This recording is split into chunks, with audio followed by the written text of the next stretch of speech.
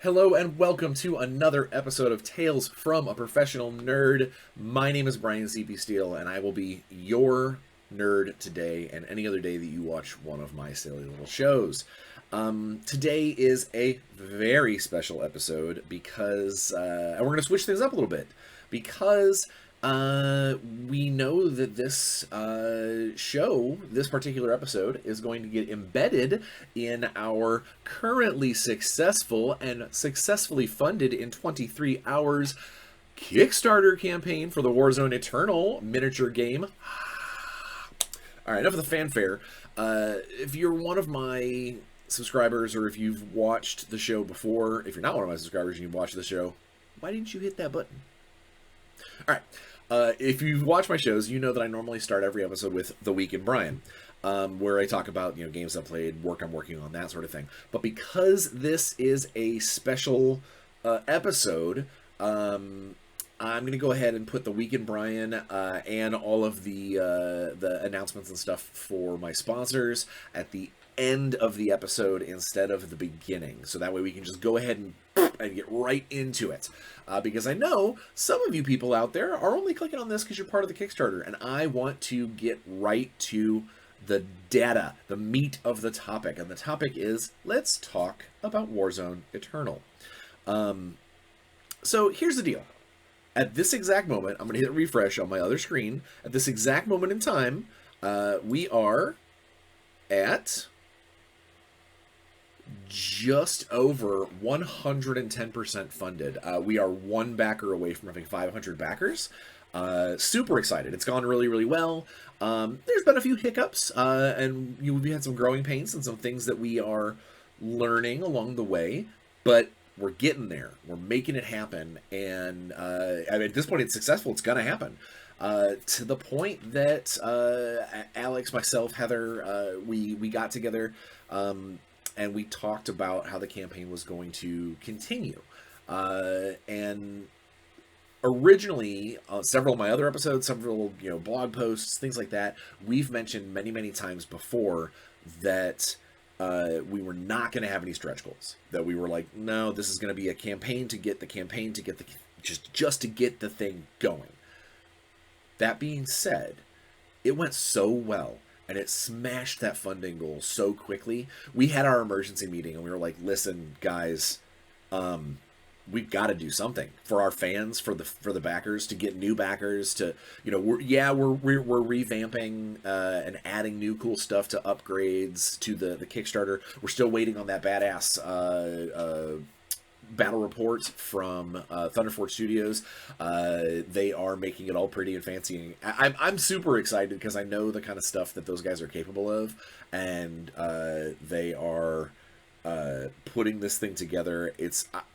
I have a feeling that I'm going to end up reposting it probably on this channel just because it's going to be awesome, and it's going to have all kinds of frills that I can't do because I'm not as technically savvy as an actual production studio. That being said, so we know we've got that's going to be in there. We're adding painted pictures of the painted models as we speak. The graphics guy is working on a piece layout, basically for the different boxes, so you can see the individual components. I mean, again, we are a small company. I am one professional nerd. Alex is the manager and operator of Res Nova. We've got some sculptors and artists, but everybody's contract work, everybody's freelancing. It's been an awesome endeavor, and the fact that it's succeeding, I don't have any feathers to put in my cap, but I would.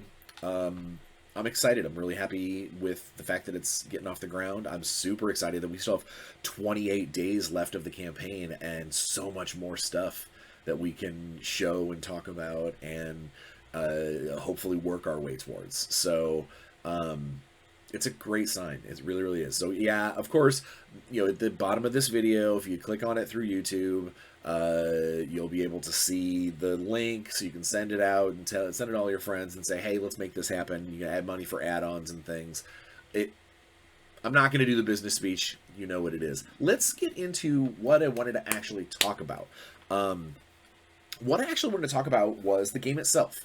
I wanted to do a kind of a breakdown on how a game would function.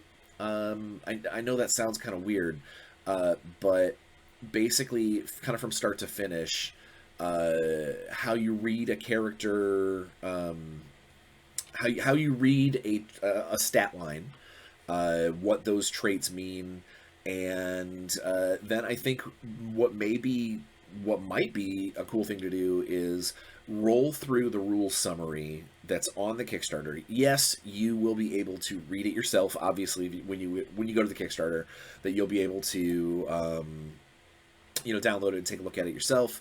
But it might be easier if you hear from me firsthand what some of this stuff means and what some of this stuff can do, or what it's designed to do. Because again, the rule summary that's on the Kickstarter is just a summary. It's not the full-on rules.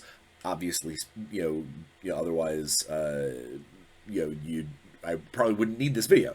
One of the things that I do want to say that has come up several times on Discord, has come up several times on Facebook page, and in the campaign itself, is whether or not we are going to put out stats for everything for everybody to see it, like right now. As I've mentioned before, Warzone Eternal is still a work in progress. We are so close to it being done, as far as like the rules, no polishing needed, ready to go, and then to start to assemble the books and things like that, and get the fluff finished in and all that kind of thing.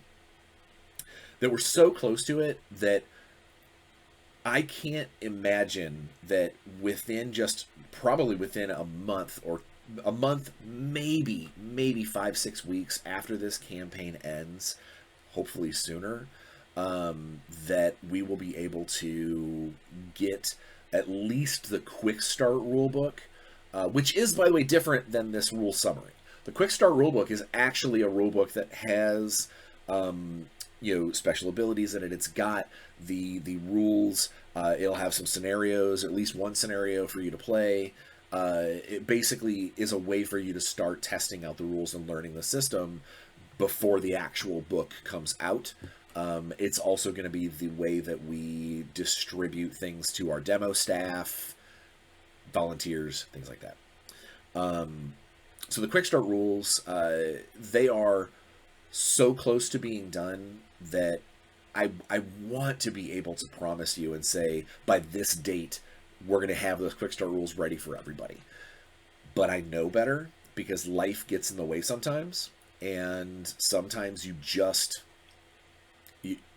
there's nothing you can do about it. It happens. When that happens,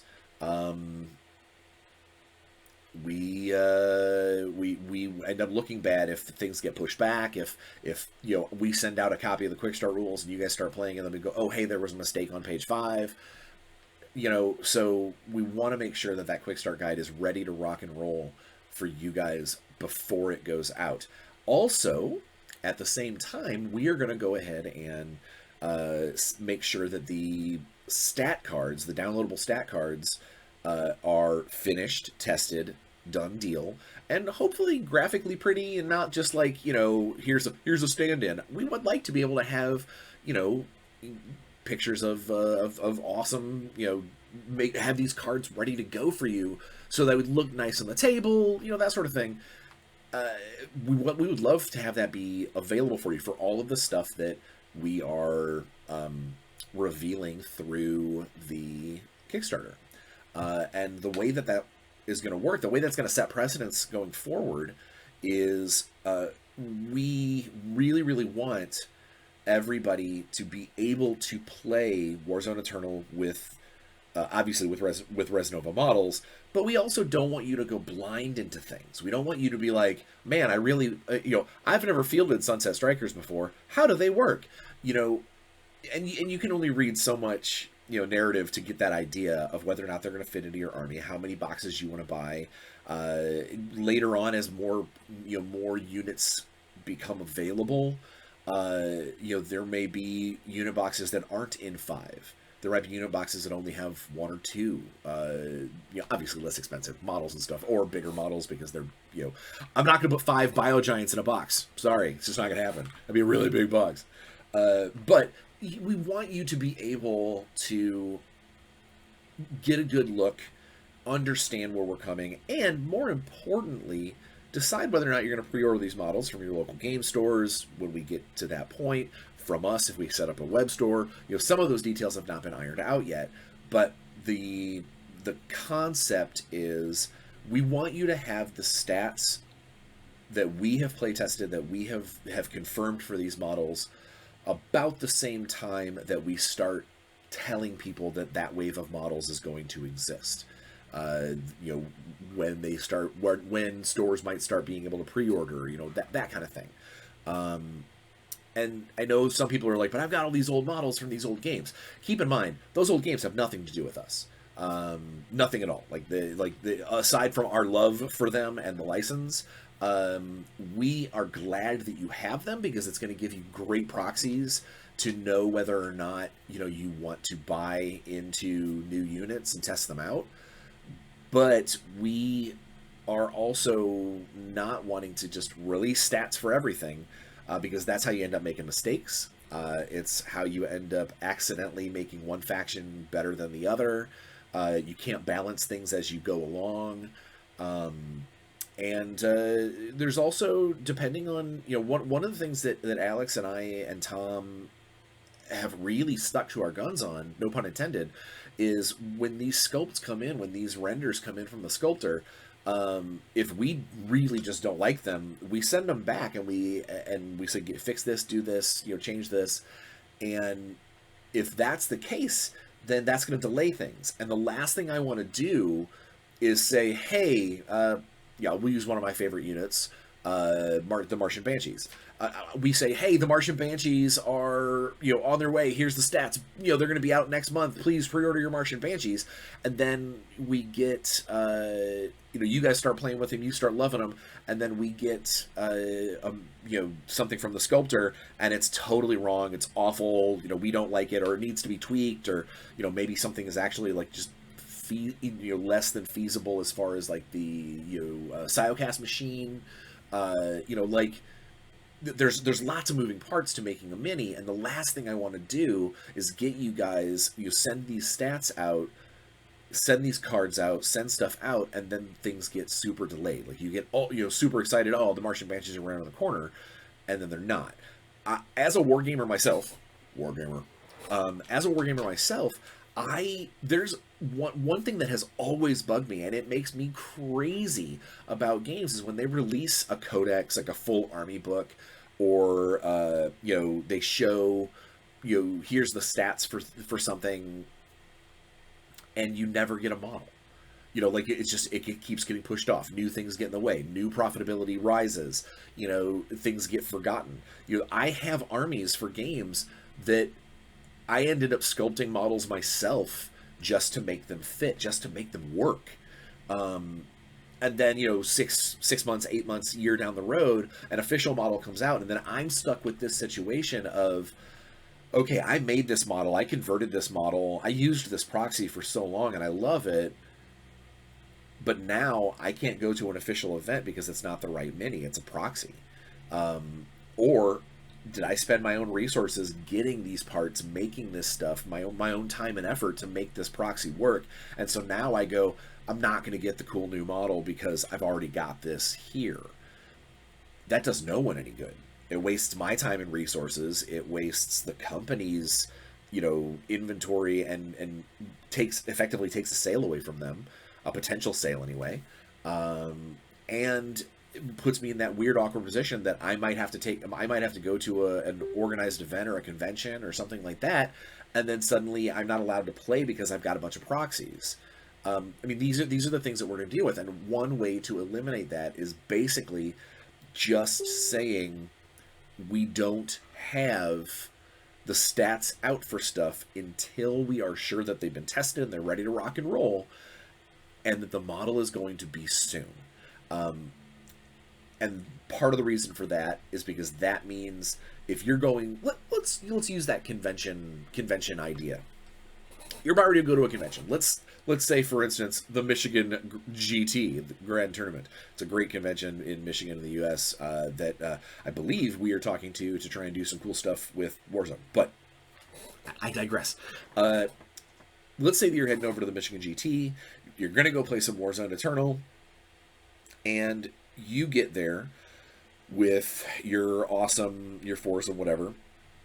And you are proxying a bunch of guys because the rules have been out for a while, but the mini got delayed. Let's say that maybe you've had a bad couple of weeks. You didn't realize that the new mini is out, that it's come out, and you've been using these proxies for 6 months, but you never got around to buying the new model. And that tournament organizer goes, "Hey, this is an official event. I can't let you use that." And now suddenly you're stuck. The closer we put the release of the stat cards to the release of the model, the less likelihood of that scenario happening, where someone wants to include these cool new models in their force because they know how to use them, they know the rules for them, but then the miniature is not out. So that window gets smaller, that proxy capable window. Now, I know at an official event, Alex can step in and tell me that I have said that I have done wrong, but as the lead for Warzone Eternal, one of the things that I've always stood by is that if there are official rules for something that is out, like official downloadable from the Res Nova site, here are the stat cards for this unit, and there has not been a retail release for the miniature that represents it, proxy away. If official or not, that the rules are important. We want you to be able to play, and if something happens with the mini and we're delayed, that's not your fault as a player. So please proxy those minis. Get crazy, get nuts. But when that mini does become available, once it has reached the outside world for people to potentially purchase, proxies are no longer permitted for that unit. That's the way I would run things. That's the way that I'll eventually write the tournament organizer's guide. Just keep that in mind. I know it's come up several times. But let's get off of the can'ts and let's get onto the cans. Weird. All right, so let's go ahead. I'm already into this video, and I know that it's going to be a longer video, and I want people to be able to get through this, so I'm going to try and make this a little shorter and succinct, so that way you guys have the information to then run off to your game clubs and your friends and Facebook group and Discord and talk about it and explain all the cool stuff that we're going to talk about here. So I'm going to go through the Warzone Eternal game rules summary as it has been shown on the Kickstarter. And if you're wondering where I keep looking over here, is because on my second screen, I've got my recording set up, and then my second screen is over here. I will continue to try and look at you because I like to make eye contact because I love you. I love and trust you guys and guys and gals and everything in between. I love you. All right, so the game's rules summary starts off with some cool art. Obviously, our fantastic cover artist talks about the introduction, talks about the playing area. Right now, Warzone Eternal is to be played on a 3x3 surface. The reason why it's 3x3 is because this is a skirmish level game. It is always going to be in mentality about individual models doing cool, awesome things. Depending on how large those individual models become and how large of a force we try to lean in on, I can't see our game ever playing on anything larger than a 4x4. Unless someone is doing something like very special. I'm on one of the Facebook threads. Someone had mentioned something about doing just like 100 undead legionnaires, and then there was a part of me that was like, that'd be cool. Like have like 5 corporate forces, going up against them, and score a victory point for every undead legionnaire that you drop, and whoever scores the most, you're like the king of the dead or whatever. That might get played on something larger than a 4x4, but that would be a special instance. It would be a specific narrative event. The actual game as it is intended and designed is on a 3x3. Dice, you need d20s. I can't really say more about that. We're a D20 friendly thing. There are no reasons for any other dice. Everything in this game will be handled by the D20 dice. This is also a game where you want to roll low for seemingly every instance. Unless you're trying to do something fancy like scatter a shot farther to get past something, you're you'd be really kind of throwing yourself to the random wolves for something like that. If you are trying to shoot from a target number, in any case, you want to roll low. Games are considered to be built out of 2 forces. Right now, the game is just one-on-one.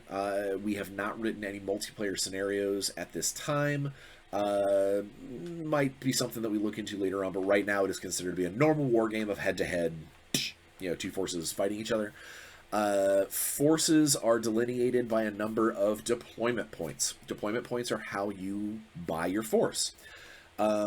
In the rules summary, we talk about how an average game is going to be between 10 to 20 models.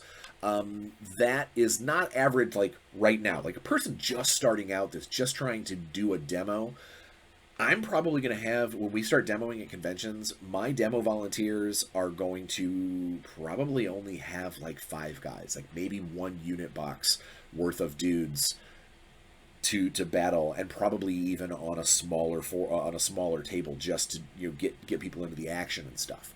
A 5 deployment point game would be like demo size, like literally not like a full-blown game in any capacity, just we're trying to get our feet wet. I would say like an 8-point deployment game would be a very small game, still fun, but small. 12 is probably where I'm going to shoot for most fast play tournaments that have like time constraints as far as like the block that they can set up. But normal tournaments, I think, will probably end up in that 15 deployment point range. A 15 deployment point means on average you'll probably have 12-ish models on the table, because some of those guys are probably going to cost extra points to field because they're cooler. And a game like that's probably going to run about an hour and a half. I would assume an hour and a half, depending on how fast and skilled you are as a general, as a leader. Your larger games, I would say anything larger than 20 points, unless this is way further down the line and we've got larger models that might cost 4 or more deployment points to put out. Unless you start running into that kind of stuff, a 20 DP game is big.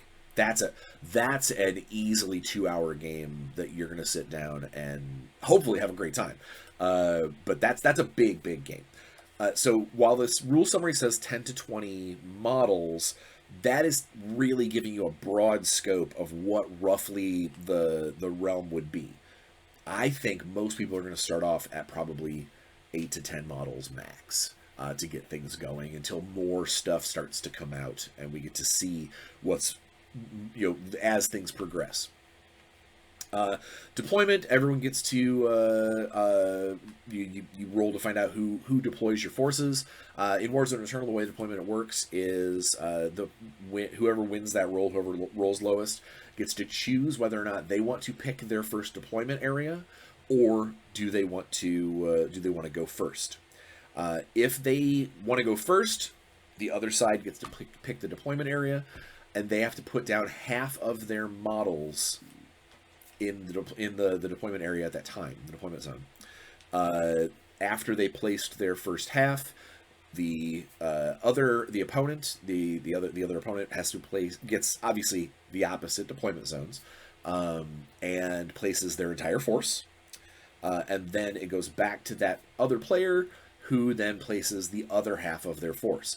After regular deployment, is any kind of alternative deployments, like if we end up with scouts or something special that requires deployment level changes, that's going to be in the alternate deployment category. Now, someone's going to say, but wait, Brian, what about the Agents of Light and the Servants of Darkness? Good call, person. So in Warzone Eternal, we really wanted to focus on the concept and the narrative that the light of man is defending itself against the dark soul, against the corruptive nature of the dark symmetry. And one of the ways to do this is every match that we have, every game that we have built so far, sets the Agents of Light versus the Servants of Darkness. Now, someone's gonna look at me and go, but what if you're two, for instance, Brotherhood or Good Guy players? What if you are two Dark Legion players facing each other? It is just a delineation of the narrative of the scenario. If you are an Agents of Light player, it doesn't necessarily mean that you're like, yay, pro Cardinal, let's go do things for the good guys. It just means that your mission parameters, your goals, the reason you came to this battlefield is in line with that moral compass. Same thing with the Servants of Darkness. If you're there, it doesn't mean that you're the bad guys. It doesn't necessarily mean that you stay up late at night and worship the dark soul. I mean, you could potentially. It just means that something has taken place, whether willingly or unwillingly, that has put you on this mission, this side of the moral compass for this mission. Once you know whether you're Agents of Light or Servants of Darkness, and you get into your deployment, you actually have a sidebar, a reinforcements sidebar of that varies based off of how big your force is, that you get to switch models out of your list. So this is how you can kind of bring in a sprinkling of Brotherhood to your capital force, or maybe have some heretic cultists or undead legionnaires show up in your Bauhaus force. This is how that kind of intermingling of the moral compass happens. Now, not every Brotherhood figure is going to have the advisor trait that allows them to join a corporate force. Just like not every model in the Dark Legion is going to have the dark cult trait that allows them to join with a corporate force to be part of the Servants of Darkness. There are some things that, for instance, let's just say a Nephirite of Algaroth is not going to just show up in the Bauhaus headquarters and go, hey, what's up, guys? My name's Private Ted. No, that's unlikely. It's silly. That doesn't fit a narrative at all. In fact, most of those Bauhaus guys would probably turn white and start shooting at the demon. But it does. But there might be some other minis that have that you go, wow, that's got the dark cult trait on it. That's awesome. I can use this guy in my corporate force if I end up on the Servants of Darkness side of a match. That's what the reinforcement sidebar is for, is to throw in a handful of models so you can alter your force based on the mission, if you're playing like a tournament, or based on whether which side of the moral compass that you're on. Should you decide that that's the route you want to go, because you might not know unless of course you're playing a friendly game and you look at your buddy and go, hey, I'd really like to play Servants of Darkness. Is that cool? No one's gonna. The Reznova Ninja Squad's not gonna come out to your house and go, hey, roll the die. That's not gonna happen.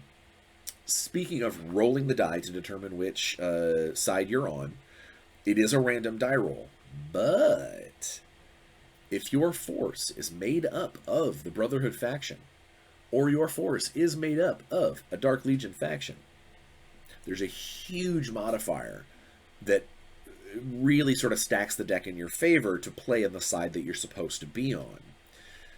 In fact, that modifier is large enough that if you are playing Brotherhood versus Dark Legion, it is impossible, barring weird narrative circumstances, it is impossible in a regular game for the Brotherhood and the Dark Legion to fight against each other and not be on the right sides that they're supposed to be in. Okay? Okay, let's move on. I've spent enough time talking about that kind of awesome stuff. The reinforcements bar also allows you to give you a chance to maybe flip out a sniper if you didn't have one before, or maybe you take a look at you get to the table and you take a look at the terrain and you go, man, there's a whole lot of jungle terrain. I need me some commandos. You throw in a couple of those guys. Just, flip out the ones. All right, we move on from deployments. Tests and target number. Target number is easy. it is TN in the game. That's the reference point. The target number is what you are trying to roll equal to or below on your d20. Almost everything you do in this game is going to be based off of that concept. You're going to roll a die, and if it is greater than the target number, it's a failure. Easy peasy. The game turn, we have the start turn, the start of the turn phase, where this is you go ahead and roll your initiative. Your initiative is modified by there's a bit of an underdog bonus. Your initiative is modified by how many victory points you currently have scored. Plus, it is modified by the number of pinned models you currently have, which potentially slows you down. There is actually a very big tactic of using suppression-based weapons or magic powers to throw pinning tokens on people and then get them to slow down so you can hopefully keep getting the jump on them. It is definitely a thing, but primarily the initiative is just a die roll, and it is based off of your current set of victory points, and lower number gets to go first. Easy peasy. Also, at the same time, during the start turn, you add up how many activations you have on the board, because depending on how many, if there's a drastic disparity in activations, the side with fewer activations gets pass tokens, and basically that allows them to say, hey, I don't want to go this turn, please move another guy. The reason for that is because the last thing we wanted to do, especially with forces that might have lots and lots of really cheap models, Undead Legionnaires, I'm looking at you, that they would just clog up the field and do a bunch of little tiny activations that mean almost nothing in order to get you to use up all your stuff. So while there is still an action economy involved, and there is still definitely baiting your opponent, especially when it comes to reactions, that's still definitely part of the game. We did not want it to just be a no-brainer of more models means more control. The activation phase. The activation phase is alternating. You do an activation, I do an activation, you do an activation, I do an activation, back and forth. When you activate a model, they get an activated counter. And you get to take 2 actions. Those actions can be charge, strike, shoot, move, climb. There's a list of actions that you can take. Most of them, I mean, it makes the most sense. Guess what you do if you take a shoot action? Oh wait, that's right, you shoot your weapon. Moving, you move your model. Charging, you are charging in a straight line directly to an enemy, and then if you succeed, you get a free strike. Striking is close combat. It's relatively, unless you've got a special power or a trait that lets you do something with actions, or the scenario gives you special actions, you have just a kind of a set number of actions. Now, most models get 2 actions. The reason for this is because we did not want to make it super crazy where things are like, okay, my superhero is going to do 50 things. We really kind of wanted to stay about the troopers, about the forces and your tactical decisions. One thing that every model can do that is not an action at all, at any time during their activation, they can do what's called a snap to cover. And what that means is that they can move their model for free at any time before or after an action, up to 2 inches, as long as they come in contact with a terrain feature. The reason for this is terrain is going to be a very big deal in Warzone Eternal. It's going to be very important to hide your guys, because standing out in the open when the bullets are flying is unwise. And the snap to cover is, we wanted to make sure that we reinforce the concept that cover is important, terrain is important, but not do it in a way that left people like, well, I've got this super armored guy and I don't really care about cover, so I'll just use my third action to shoot people all the time. This way, rather than giving somebody a third action and then letting the player choose whether or not terrain is important, we did this snap to cover freebie and just basically said, hey, cover is important. Okay? Okay. There's a list of actions that you can take between aiming and bracing and charging and climbing and moving and rallying. Rally is important. Someone actually asked on one of the groups, what do you have to do to rally? All you have to do is take an action to rally. Rally is also the only action, barring special circumstances, that you can take when you're pinned. You basically just pull the token, and that's your action. You've rallied. You have removed the pin. You've shaken the cobwebs out of your head. You've gotten up off the ground. You're not hugging the dirt anymore. You're ready to go.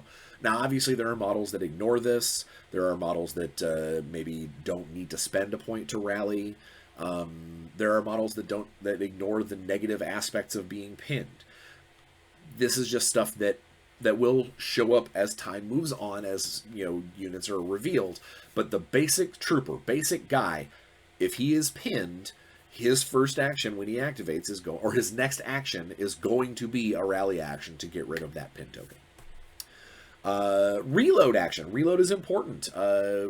We hadn't gotten into the shooting of weapons yet, but every weapon has got an ammo number that is basically, should you roll your d20 to hit, and it is this number or higher, hit or miss, you've run out of ammo at that moment. You've got to spend an action to reload. Easy peasy. Movement. Movement is always the same point on the base to the same point on the base when you're moving a model. So bigger models don't get it's not like front to back where you get this extra 2 inches of movement because it's a huge model or anything like that. If you are moving, for instance, let's use my Mirror Man here. If you are moving your Mirror Man, or my Mirror Man, and I'm measuring everything from the front of my base, that movement will always be to the front of that base. When you pick that spot, that's the spot that you are measuring from. Okay? Okay. All right. Let's see. Units get to move freely through friendlies. You're considered to get it out of each other's way. You may not move through bad guys. If you come into contact with them, obviously it's you actually can't come into contact with them on purpose, only because if you get in contact with them, then you're engaged, and if you are engaged, moving away, they get to possibly spend their reactions to swing on you. So I guess in theory, if you were like suicidal, you could move a guy and go, I don't care, and move away, and then find yourself getting murdered. It's stupid. You're not going to do it. I'm just kidding. You can take shoot actions. A shoot action is pretty simple, actually. You take your missile weapon stat, your MW, on the stat block, which here in a minute I actually need to walk through a stat block with you. You take your MW, that is your base number. So if your missile weapon, we'll say, is 13, which is actually pretty good. You then take into consideration the range of the weapon, and yes, weapon stats are different. Certain pistols, they're all going to be relatively close. A pistol is a pistol is a pistol, but it might be slightly different. Maybe it's got a little bit more, it hits a little harder, or maybe this is a machine pistol, it shoots more times. So you will have a weapon stat block, or a weapon stat line for each model. The weapon will have modifiers. So that pistol up close within like 6 inches might have a +2 to hit. So that missile weapon goes to 13, or goes from 13 to 15 because of the range modifier of the weapon. You take into consider any weird special traits or anything like that, whether it modifies. In this case, we'll say it doesn't. Then you take into consideration cover or obstruction. Basically terrain or smoke or anything that gets between you might modify your roll. In this case, we'll say not. So you're still sitting at a 15, and then the last thing you do is you modify it based on the defense characteristic of the target. The defense characteristic of the target is basically their general dodginess, or in the case of some things, how big and bulky they are. For instance, A defense score on something that is enormous is going to be probably a positive modifier to your missile weapon because they're the size of a barn. Whereas something much smaller, like, I don't know, like the Children of Ilion, are probably going to have a much lower negative number, or well, a higher negative number, a better penalty to your shot because they're small and scooty. That's the defense modifier. So in this case, we'll say the Sunset Striker that I'm shooting at has a -1 defense. So now my 15 goes to a 14. I roll my d20, and I need a 14 or less to hit them. There we go. That's the system. Figure out your target number, roll a d20. Is it less than that? Or is it equal to or less than that? Yep, then you hit them. There are rules for critically succeeding and critically fumbling, but we're not going to worry about that right now.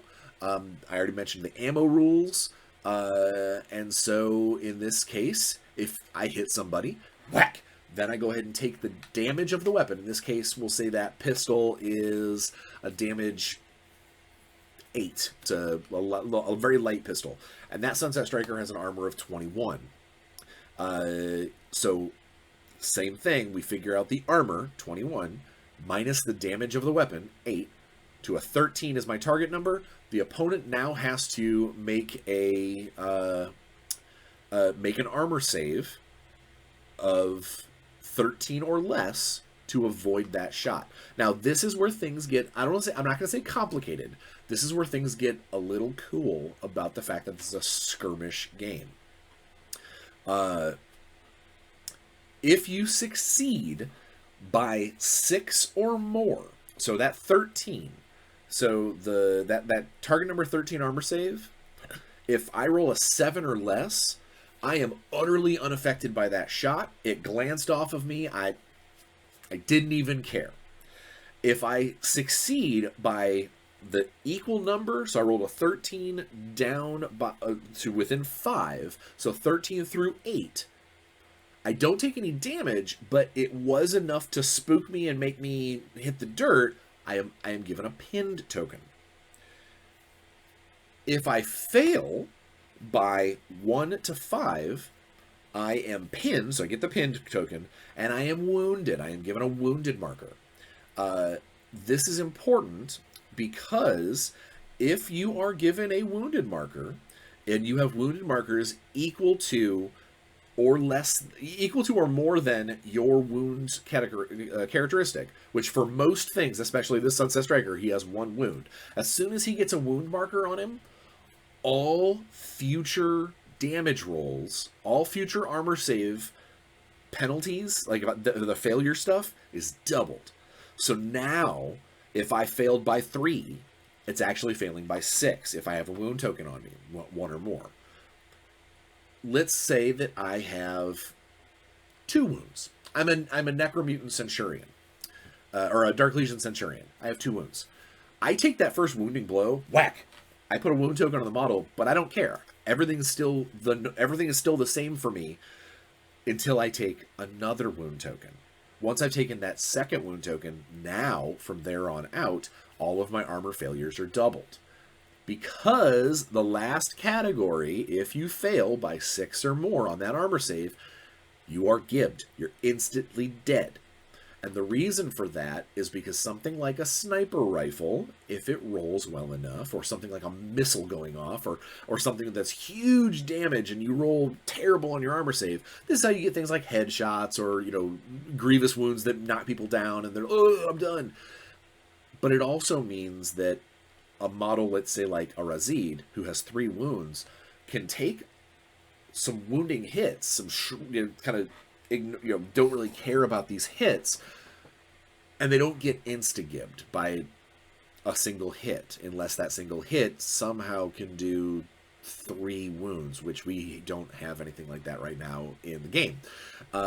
Generally speaking, if you fail an armor save, you take a wound. Well, depending on what you roll. Most things in the game only have 1 wound, so if you fail that armor save by 6 or more, in the case of that Sunset Striker, who I need to roll a 13, if I rolled a 19 or 20, and I started off unwounded, that pistol just popped me and I'm dead. All right? Does that make sense? That makes sense. One of the things that we do have in this game is damage multipliers. Damage multipliers. So there are certain weapons that maybe hit lots of times, or like all at once, like a shotgun's spray, or a particularly lethal like close combat weapon, like a chains, like an Azagar with a chain blade on it. Those will have damage multipliers, and damage multipliers will be written like the damage of the weapon 5, but then in parentheses times 2. That doesn't mean it is a single damage 10 hit or a damage 5 hit that doubles the effects. What it means is you've got to make 2 armor saves and you take the worst result. So it's more likely to injure you. It's more likely to get through your armor. It's more likely to have you flub that roll and possibly get into that dead category of the damage chart. Damage multipliers. Also, I mentioned earlier about critically succeeding. If you critically hit with an attack, it adds a damage modifier. So that's something that, you're basically, your critical hit has bypassed some armor, or made it, you're hitting them. If it gets through the armor, it's right over the heart, or other, important juicy bit. Reactions. So there are 4 kinds of reactions, barring special circumstances that give you extras. There is the ambush reaction. An ambush reaction is, it allows you to, you place a reaction token next to your model, basically saying that you really only, unless something special is happening, you only get 1 reaction per turn. The reacting unit uses a reaction, gets a reaction and activated token. So an ambush cannot be done by someone who has already activated in the turn. Ambush allows you to interrupt someone else's move, charge, climb, move, charge, or climb action. Basically, like if someone's running across between 2 pieces of terrain from out of sight, if you've got someone who hasn't activated or reacted that turn, when they get in the middle of that alley, you can say, hey, hold up. While you're in the middle of that alley, I'm going to go ahead and ambush you. You put your action and your reaction token on your model, and you take a pop. Now, if you miss, nothing happens. If you kill them, obviously, they drop. If they get pinned, whatever, they then get to continue their turn. But it is also, it's a great way to, if you get lucky and you throw a pinned on someone, let's say that they were moving out to take a shot on someone. When you're pinned, the next action you take is rally. So it's an interesting way to try and manipulate the board, or rather, make your opponents to keep their heads down, make them think about where they're going. That's ambushing. The other one of these is sorry, I lost my train of thought. Totally lost my train of thought. Okay, is counterattack. Counterattack is a lot like ambush, except that basically you have to have been targeted by someone's strike or shoot, and when they're done with it, you spend your reaction token and get to fight back. You get to counter attack. Obviously, that means you have to survive. And they have to have targeted you with something or affected you with their attack. So that's, counterattack is going to be probably used more often than ambushing, because ambushing takes up your action. It means you're using up your whole turn to try and jump the gun. Counterattack is a response, but you're also you're gonna see a lot more people understanding that if I don't kill that model and they don't have a reaction token on them so far, they're going to be able to take that counterattack. Maybe I don't want to take this shot. Am I going to get lucky? Is he more likely to murder me? Yeah. The last 2, there's dive for cover. Dive for cover is easy. It's a kind of a themed reaction. You throw a reaction token on someone, and they receive a bonus to their armor. That's it. They receive, I believe reaction is a +2 to your armor. And that's just basically showing that you're hitting the ground, you're rolling around. Even if you're standing out in the open, you can still dive for cover, because it's just you're trying to roll with the blow. That's what this reaction is. Now, you can't dive from cover from You can't dive for cover against melee attacks, against strike actions, because it seems silly that if you dive at my feet and I have a chainsaw axe, I'm probably still gonna hit you with this chainsaw axe. If anything, it's probably gonna be better. And then the last common reaction is the parting blow. The parting blow is easy peasy. Basically, when someone moves out of base contact with your model, you make a parting blow. You spend a reaction and you go, whoa, and you take a swing at them. That is literally it. It's there's no fancy fancy stuff involved. It's just, hey, you're running away from somebody who can possibly react. They're going to react by swinging at you. There you go. Let's see. Next in the rule summary, the last page of the rule summary, which is fine because we're about that time, is a sample unit profile. There are a bunch of characteristics. Right now we have a capital Free Marine soldier. So this is a basic Free Marine soldier. Your general capital trooper. They have a close combat, a CC of 13. Close combat is what you use to determine your strikes. They have a defense modifier of 0. They're not any harder or easier to hit. They have a missile weapon of 13. Missile weapon is what you use for shoot actions. They have a power of 11. Power is your kind of the force of your life force, your soul, if for lack of a better term. Power is more often than not used to resist art and dark symmetry. It is also used to fuel those things in certain cases. In this case, they have this Free Marine has a power of 11. Knowing that everything is on a base, the kind of target number system of a 20 to give you an idea. So power of 11 is maybe slightly better than human average. Human average being 10 to 11. Basic capital Free Marine Trooper has a leadership of 12. Leadership is going to be used to lead your forces in some cases. You're going to use it to shrug off things like fear effects, stuff like that. It is not just your tactical soundness. It is also your kind of your personal willpower, your personal like mental fortitude, your guts. W is wounds. Free Marine has 1. I told you most things in this game do. ST is strength, and this is a strength of 6. 6 is actually pretty good. Free Marines are pretty buff guys. Human average, like your civilian average, is going to be like a 4. So most soldiers will be a 5. This Free Marine's sitting at a 6. Things like robotic soldiers and demons might have 10, 11, 12, that sort of thing. Your strength is used to calculate the certain ranges for certain thrown weapons. It is also used to calculate the damage for most strike-based melee weapons, close combat weapons. Every model, even if they're not equipped with a close combat capable weapon, or maybe they have a close combat capable weapon, but a special instance has taken it away from them or something, a model can always try to fight using their basic strength. They can always try and club somebody, punch them, kick them, pick up a rock, whatever. Use your pocket knife. You are always considered to be able to make a close combat attack with no special modifier using your base strength.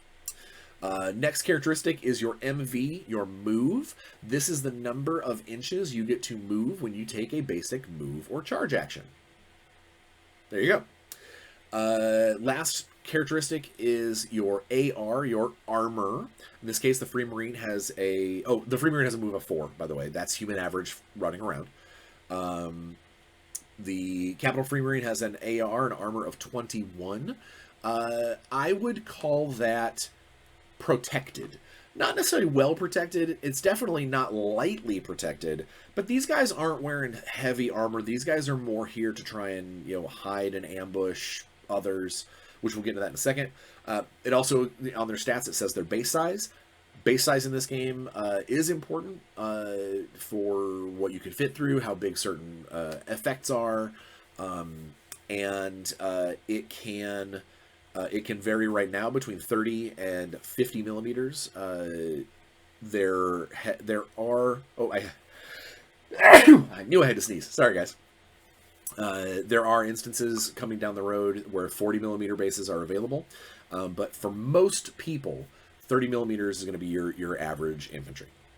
Big guys like Razids are going to be on 50s.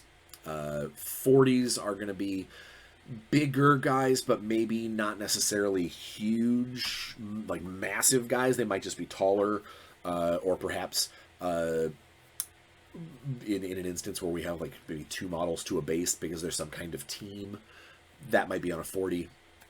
We'll go from there like that.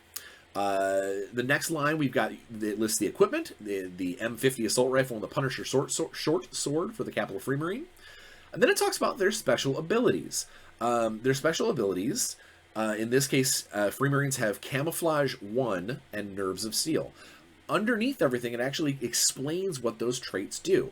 The Camouflage 1 says any obstruction modifiers to the target number for a shoot action test targeting this unit are increased by X. In this case, so if he's getting any modifier from, smoke or bushes or cover or terrain, he's going to add an extra 1 to that.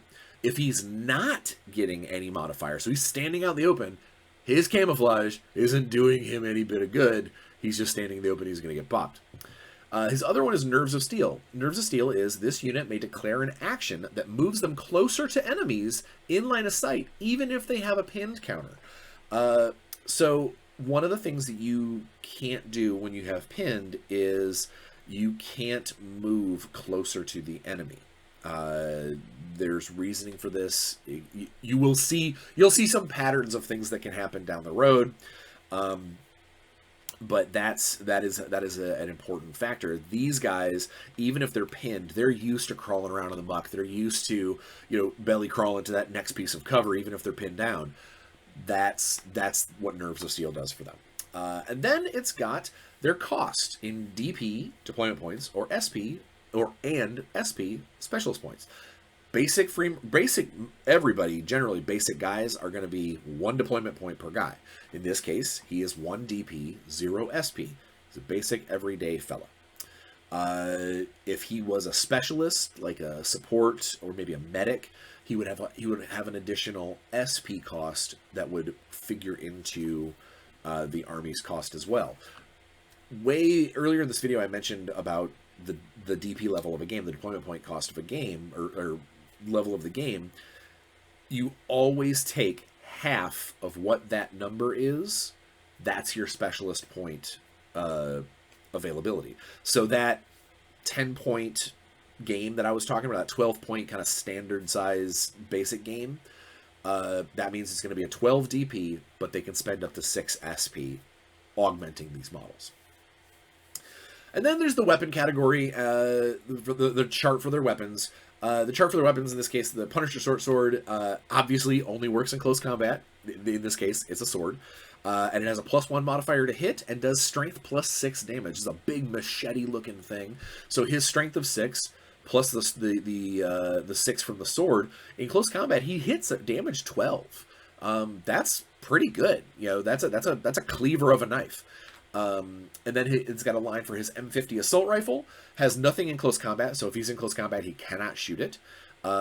His short range is up to 12 inches with a +0 modifier to hit and damage 13.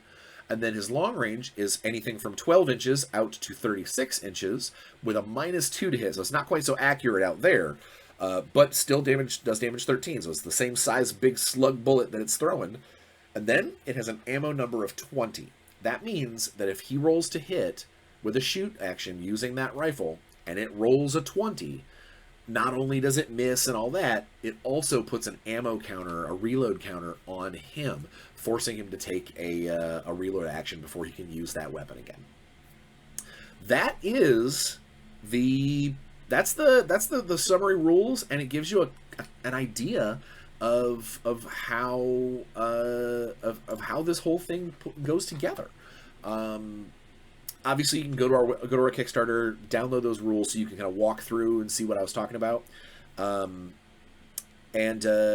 next week, I will do a part 2 to this, talking a little bit more about the actual the actual units that are in Wave 1 that you're getting with the Kickstarter.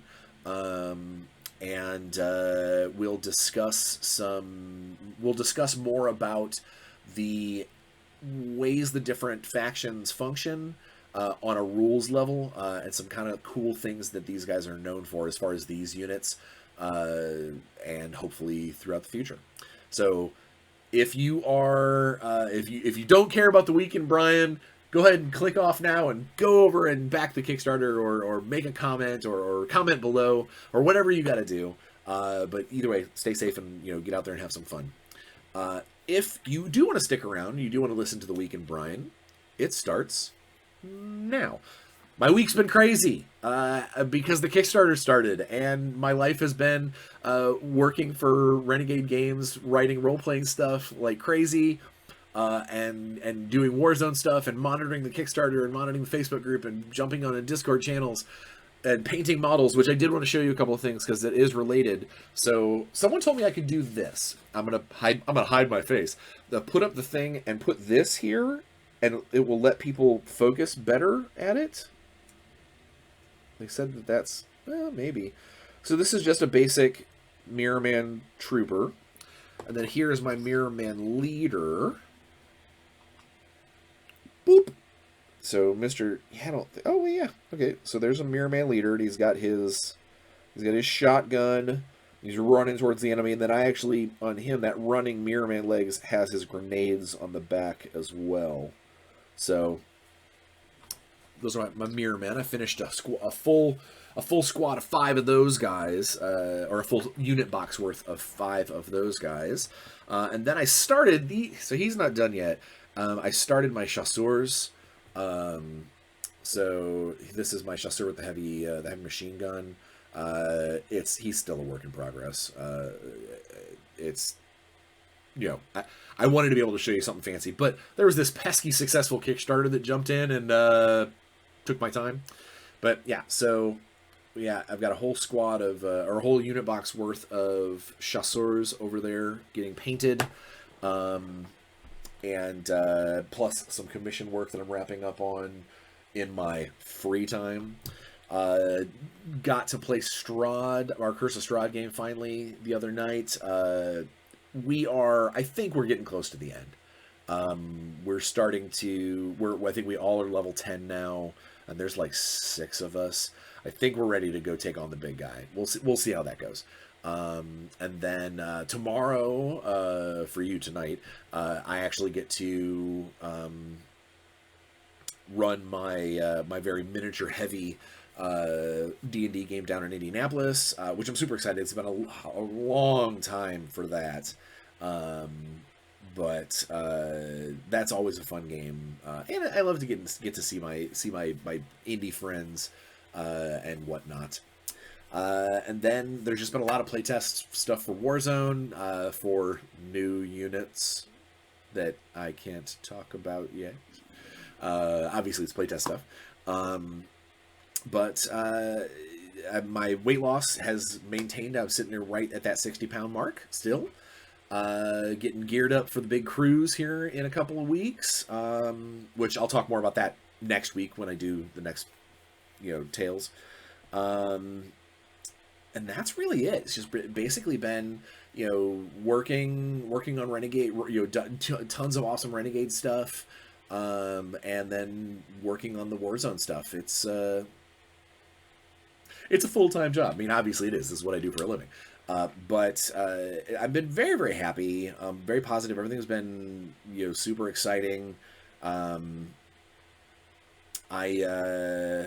don't have really much else to say. Again, it's these next couple weeks in Bryan are probably going to be pretty fast because of the Kickstarter and being so focused on work. I haven't had a whole lot of, extracurricular rando.